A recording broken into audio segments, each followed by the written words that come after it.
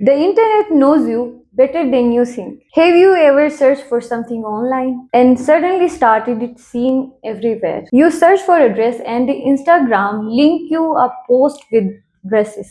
You search for a dress and Instagram showing you a dresses. You watch one travel reel and suddenly your whole feed is full of traveling reels. It sounds like coincidence, but it's not.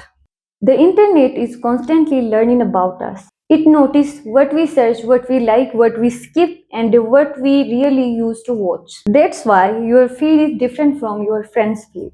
But here's the real question. Are we choosing what we see, or is the internet choosing it for us? Sometimes we just think just we are scrolling, but the algorithm is already deciding what comes next. The internet can help us learn, work and connect with people. But remember, you are watching internet, but the internet is also learning from you.